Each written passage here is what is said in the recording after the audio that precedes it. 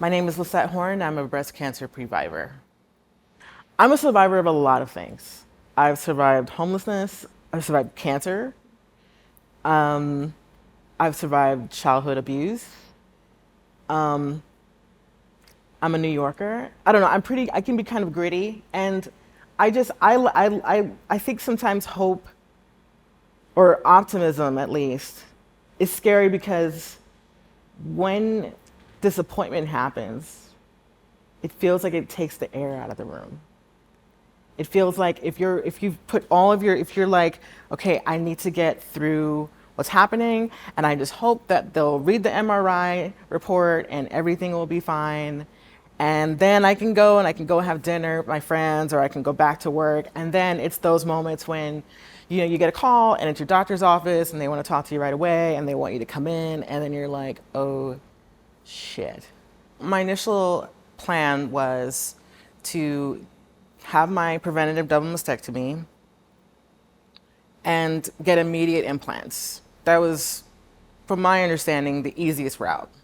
You have the double mastectomy surgery, and the same day, they take the tissue out, they put either implants or they put in tissue expanders. And I was really excited about just kind of just worrying about healing from that and then being done and closing that chapter. And that was not at all how it went.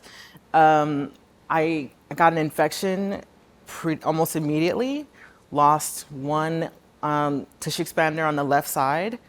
Just had to have surgery days before my birthday, and that was just a traumatic experience. Not to mention the days in the ER, the days in bed, and then dealing with what felt like to me breast implant illness.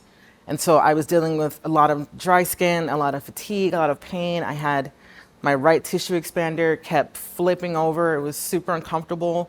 And at that point, I felt really just exhausted. I was already grieving my natural breasts, and then I felt disfigured. I had to really hunker down and think about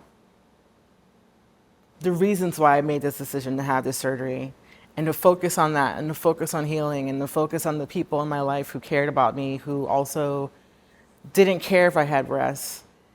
I think a lot of people like to sugarcoat when it comes to cancer, when it comes to any kind of chronic illness, really. People don't want to be the one to give you the bad news. Like, even when I had skin cancer, they were like, oh, but this is like the good kind of cancer. And I'm like, which one is really the good kind? Like, let's be real. I just wanted someone to just tell me frankly. And there was not enough of that. Everybody was kind of scared to say the C word. Everybody was scared, but they were still pushing me to no, but you need to do the MRI. And I'm like, why? And nobody really wanted to face it. And that was really bizarre to me. I wish that if people didn't know what to say or what to do, that they can say, hey, I want to support you, and I don't know what to say, and I don't know what to do. If you have an idea as what you want, can you tell me? And if I'm the person that you can ask to do that, can I be that person for you? Just ask. It feels amazing to not have another surgery on my breasts, to not need another lumpectomy or another mammogram. I did actually get an alert. They were like, you're behind for your mammogram. And I was like, girl, I don't have anything for y'all to squeeze. But it feels almost surreal, because the diagnosis, the surgeries, the recovery was awful. And it went on so much longer than I expected it to.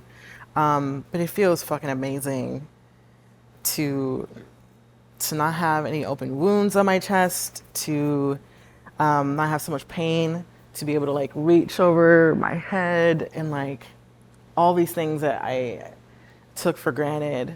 I think I've always kind of been accustomed to people kind of doing the double take, but I think now I get it a lot more.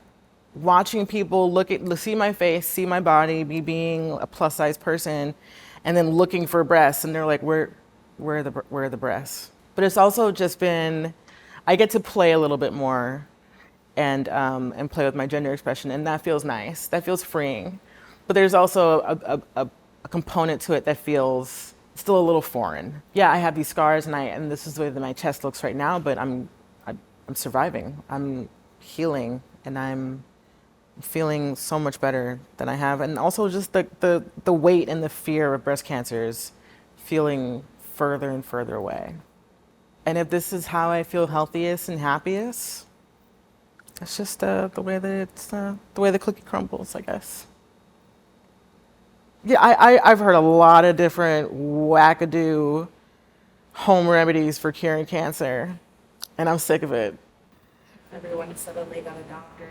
Listen, I I know a guy. I know a healer. I knew someone who they had like some kind of they had.